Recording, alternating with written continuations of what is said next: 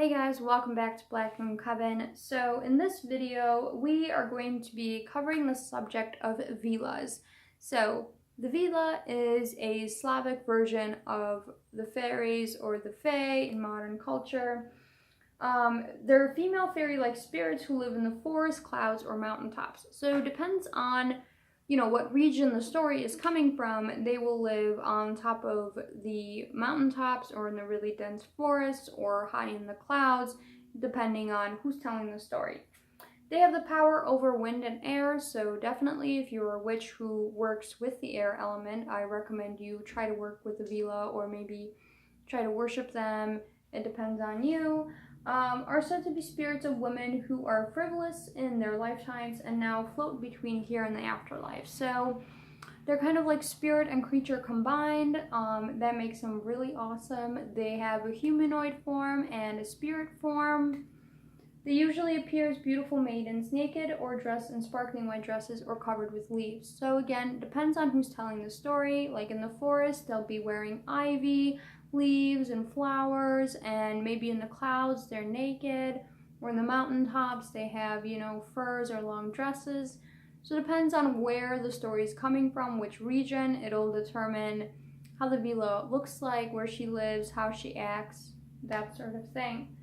If you pluck a Vila's hair, she will die or be forced to reveal her true self, which is an evil, devil-like woman. So, I don't know how many of you are Harry Potter fans, but the Vila does make an appearance in the Harry Potter world.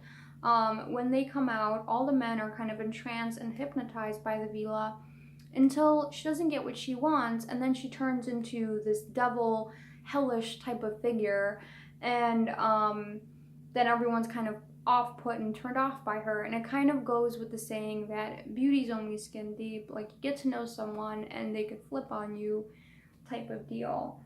Humans can control Vilas by stealing pieces of their skin, and then once the skin is burned, she will disappear. So she's a spirit or creature that you can invoke to do your bidding if you have a piece of her skin, which I'm sure is very, very hard to come by.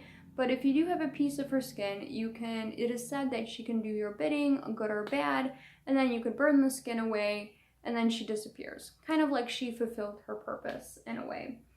The Vila's voices are so beautiful, they lure men into their midst. So depending on the Vila's mood, or how she's feeling that day, or again, what region the story comes from, it's going to be the best day in that man's life or the worst. So I'm sure you can imagine what the best day would be like, and the worst would obviously be death.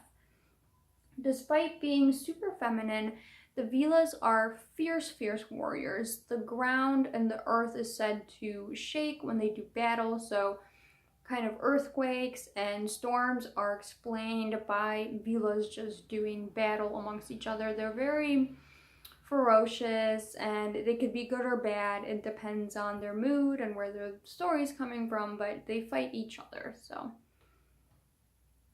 they have healing and prophetic powers. So not only can they heal, but they can tell the future. Vilas leave rings of thick grass or young sapling trees wherever they dance. Treading through those is bad luck, bad fortune, could be harmful, even dangerous.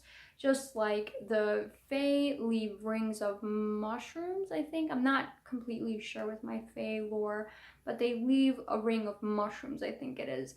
And it's the same thing crossing the rings that the Vila leave, which are, grass and young trees in a circle. That's where they dance. That's where they kind of gather together. That's where they, ritualize, and it's kind of like a sacred space, just like you wouldn't want anyone coming to your sacred space and messing everything around. They don't want that to do, with that, so that's why it's very bad luck to kind of do that. Working with Vilas. So yes, you can work with a Vila, of course. You can worship them, you can leave them offerings and things like this. They choose you, they're very selective, just because they are very, very picky about who they work with and things like that. So definitely try to please them, definitely try to give them offerings and things often.